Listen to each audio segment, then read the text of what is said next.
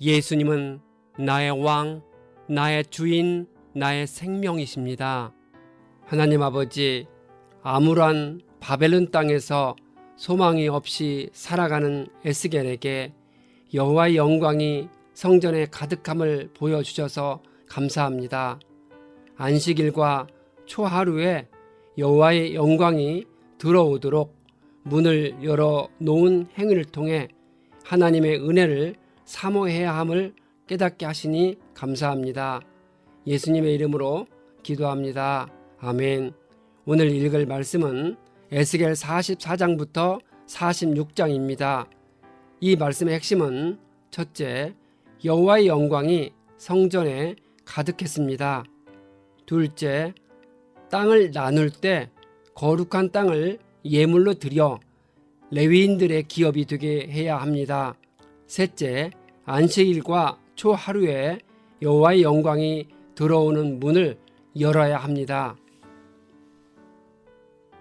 44장, 그 사람은 에스겔을 다시 동쪽으로 난 성소의 바깥문으로 데리고 갔는데 문이 잠겨 있었습니다. 이스라엘의 하나님이 그 문으로 들어오셨으므로 문을 잠가두어 누구도 들어가서는 안 된다고 합니다. 하나님이 동쪽 문을 봉쇄하라고 하신 이유는 이 문을 통해 거룩하신 하나님의 영광이 들어오는 곳이기 때문에 사람들에 의해 더럽혀지지 않게 하기 위함이었습니다. 또한 하나님의 영광이 이제는 더 이상 성전을 떠나지 않을 것이라는 사실도 암시되어 있습니다. 왕은 음식을 먹을 때 그 문 안에 앉아 있을 수 있도록 허락하셨습니다. 에스겔이 북쪽 문으로 들어가서 성전 앞에 이르렀을 때 여호와의 영광이 성전에 가득 차 있었습니다. 그는 얼굴을 땅에 대고 엎드렸습니다. 여호와의 영광이 성전에 가득했는데 그 방법은 초자연적인 구름이나 불이나 빛과 같은 가시적인 형태로 드러났습니다. 출애굽 이후 모세가 성막을 완성했을 때나 솔로몬이 성전을 건축했을 때는 구름이 성막이나 성전을 충만하게 덮음으로써 여호와의 영광이 나타났습니다. 주님은 에스겔에게 주의 성전에 대한 모든 규례와 율례를 명심할 뿐만 아니라 눈으로 보며 경청하고 성소로 들어가는 모든 출구를 기억하라고 합니다. 하나님은 에스겔에게 이스라엘 백성이 그동안 역겨운 일을 너무 많이 했다고 합니다. 그들이 제사를 드리면서 육체와 마음의 할례를 받지 않은 이방 사람들을 성소 안에 데리고 들어와서 성전을 더럽혔다고 합니다. 몸의 할례가 생식기의 포피를 제거하는 것처럼 마음의 할례는 자신의 삶에서 죄악의 요소를 제거하는 것을 의미하는 말입니다. 하나님은 이스라엘 백성이 저지른 온갖 역겨운 일들 때문에 주님과 세운 언약을 어겼다고 합니다. 이스라엘 사람들은 거룩한 물건을 맡은 직분을 수행하지 않고 이방 사람들이 그들을 대신해서 하나님을 섬기는 일을 하게 했다고 질책받았습니다. 하나님은 마음과 육체의 할례를 행하지 않은 이방 사람들은 누구든지 성소에 들어올 수 없다고 합니다. 특히 일반 백성이 하나님을 버리고 우상을 따라갔을 때 레위 제사장들도 주님을 떠나 멀리 갔기 때문에 그들이 지은 죄의 벌을 받아야 한다고 합니다. 이 글을 쓰고 있는 에스겔은 레위 지파 제사장이었으니 깨닫는 바가 컸을 것입니다. 레위 제사장들은 성소에서 성전 문지기로 시종드는 일을 하게 될 것이라 합니다. 그 전에 레위 제사장들이 우상을 섬기는 백성들 앞에서 시중을 들면서 그들을 죄짓게 했으니 벌하시겠다고 합니다. 레위 제사장들은 이제 하나님 앞에 가까이 가지 못하고 제사장 직무를 감당할 수 없으니 거룩한 물건에도 가까이 갈 수 없게 되었습니다. 이스라엘 자손이 잘못된 길로 갔을 때에도 사독의 제사장들은 성소에서 맡은 직분을 지켰으므로 주님 앞에서 기름과 피를 바칠 수 있다고 합니다. 그들은 하나님이 맡긴 직책을 수행할 수 있었습니다.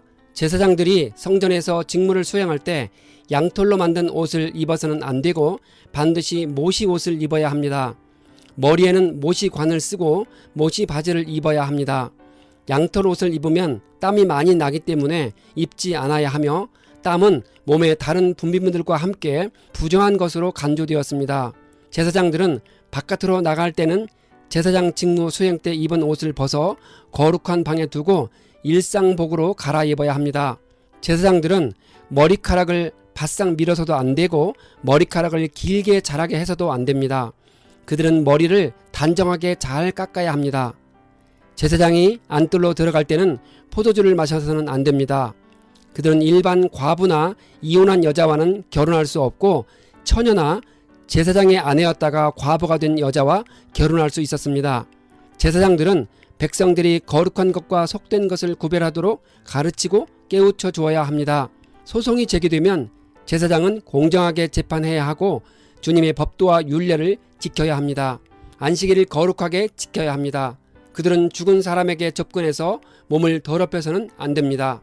다만 부모나 자녀나 혼인하지 않은 형제 자매가 죽었을 경우는 몸을 더럽힐 수 있었습니다. 이때에는 정하게 하고 7일을 지내야 합니다. 성소에 들어가야 한다면 자신의 몫으로 속죄제를 드려야 합니다. 제사장들에게 유산은 하나님이십니다. 그들은 제사에서 바친 제물을 먹을 수 있습니다. 온갖 종류의 첫 열매 가운데서도 가장 좋은 것과 백성들이 바친 온갖 제물을 모두 제사장의 몫으로 돌리라 합니다. 45장 이스라엘 백성이 제비 뽑아 땅을 분배할 때 한 구역을 거룩한 땅으로 삼아 주께 예물로 바쳐야 합니다. 그 땅의 길이는 2만 5천 자이고 너비는 2만 자가 되어야 합니다. 하나님은 가나안 땅 전체에 대한 11조와 같은 개념으로서 바치라 했습니다. 그렇게 한 이유는 가나안 땅이 하나님께 속한 거룩한 약속의 땅임을 의미합니다. 하나님은 길이 약 12km, 너비 약 5km가 되는 한 가운데 성소가 되게 했습니다. 그렇게 구별하여 바쳐진 가나안 땅 중심부의 한 가운데에 하나님의 임재의 상징인 성소가 자리 잡았습니다. 이는 하나님이 신본주의 정책을 펼쳐야 하는 이스라엘의 참된 통치자이심을 보여주는 조치입니다. 이스라엘 백성들은 거룩하게 예물로 바쳐진 구역 옆에 그 성읍의 재산으로 지정하여 이스라엘 사람 전체의 몫이 되게 합니다. 그 땅 옆으로 펼쳐진 구역은 왕의 몫입니다. 왕의 땅은 서쪽은 해안선까지이고 동쪽은 국경선까지입니다. 하나님은 이스라엘의 통치자들에게 땅을 다 분배했으니 더 이상 땅 때문에 백성을 폭행하거나 탄압하지 말고 착취하는 일을 멈추고 공평과 공의를 실천하라 하십니다. 통치자들은 오직 공평하고 정직하게 기준을 잡아주어야 하는 사람들이라 합니다. 하나님은 거룩하게 구별하여 바칠 곡식과 기름 제물들의 양도 정해주셨습니다. 또 하나님은 양떼의 수가 200마리가 될 때마다 어린 양을 한 마리씩 바치라 합니다. 이스라엘 백성은 제물을 왕에게 바치고 그는 절기와 월삭과 안식일 등 모든 성회 때마다 제물을 공급할 책임을 져야 했습니다. 이스라엘 백성은 1월 1일에 흠없는 수송아지를 드려야 합니다. 제사장은 피를 받아서 성전 문설주에 발라야 합니다. 1월 7일에도 속죄를 해야 합니다. 1월 14일에는 유월절을 지켜야 합니다. 이 절기에 7일 동안 누룩을 넣지 않는 빵을 먹어야 합니다. 그날 왕은 자기 자신과 모든 백성을 위하여 송아지 한 마리를 속죄 제물로 바쳐야 합니다. 7일 동안 날마다 흠없는 수송아지 7마리를 번제물로 바치고 수염소 한 마리를 날마다 속죄 제물로 바쳐야 합니다. 이때 곡식 제물을 함께 갖추어서 바쳐야 합니다. 7월 15일 축제에도 7일 동안 제물을 드려야 합니다. 오늘날 우리도 우리가 바칠 수 있는 최상의 것으로 하나님께 거룩한 예물을 드려야 함을 배울 수 있는 규례들입니다. 46장 여호와의 영광이 동쪽 문을 통해 성전 안으로 들어오셨습니다. 하나님은 성전 동쪽으로 향하는 문을 일하는 6일 동안 닫아 놓았다가 안식일에 열어놓고 초하룻날에도 열어놓으라 하십니다. 왕은 안식일과 초하루에만 하나님께 제사를 드리기 위해 문을 열어놓았습니다. 왕은 문 기둥에 서야 하고 제사장들은 왕의 번제와 화목제물을 준비해야 합니다. 왕은 문턱에서 경배드린 뒤 밖으로 나가고 문은 저녁까지 닫지 말아야 합니다. 백성들도 안식일과 초하룻날에 문 입구에서 여호와 앞에 경배해야 합니다. 왕이 안식일에 드릴 번제물은 흠없는 어린 양과 순양이고 곡식 제물도 있었습니다. 또 초하룻날에는 흠없는 수송아지와 어린 양과 순양과 곡식 제물도 드려야 합니다. 백성들이 정한 절기에 하나님께 나올 때는 북쪽 문으로 들어온 사람은 남쪽 문으로 나가고 남쪽 문으로 들어온 사람은 북쪽 문으로 나가라 합니다. 이는 절기에 일시적으로 많은 사람들이 엉키지 않고 질서를 유지하기 위함이었습니다. 하나님은 왕이 자진해서 주님께 번제물이나 화목제물을 드릴 때를 위해 동쪽 문을 열어둘 것이라 합니다. 왕은 안식일에 하는 것처럼 합니다. 이스라엘 백성은 매일 1년 된 흠없는 어린 양을 여호와께 번제물로 바쳐야 합니다. 아침마다 그것과 함께 곡식 제사도 드려야 합니다. 어린 양과 곡식 제물과 기름을 준비해서 아침마다 정규적인 번제로 드려야 합니다. 왕이 자기의 유산을 자기 아들에게 선물로 주면 그의 자손의 유산이 됩니다. 그러나 만약 왕이 자기 종들에게 유산을 주었으면 희년이 될 때까지만 종의 것이 됩니다. 그 후에는 왕에게 돌려주어야 합니다. 왕은 백성들의 유산을 빼앗아서는 안 됩니다. 왕은 자신의 재산만을 떼어서 자식에게 유산으로 나누어 주어야 합니다. 그렇게 해서 백성 중 어느 누구도 재산을 잃고 멀리 흩어져 다니는 일이 없게 해야 합니다. 에스겔은 그 사람을 따라 북쪽에 있는 제사장들의 거룩한 방의 서쪽의 빈터를 보았습니다. 이 처소는 제사장들이 하나님께 드릴 희생 제물을 요리할 제사장의 부엌방이었습니다. 제사장들을 위해 따로 희생 제물을 삶거나 구울 요리를 위해 요리용 부엌방을 따로 마련한 것은 일반 백성들이 희생 제물을 만져서 제물이 부정하게 되는 것을 방지하기 위함이었습니다. 에스겔은 성전에서 시중 드는 사람들이 사용하는 고기 삶는 솥도 보았습니다.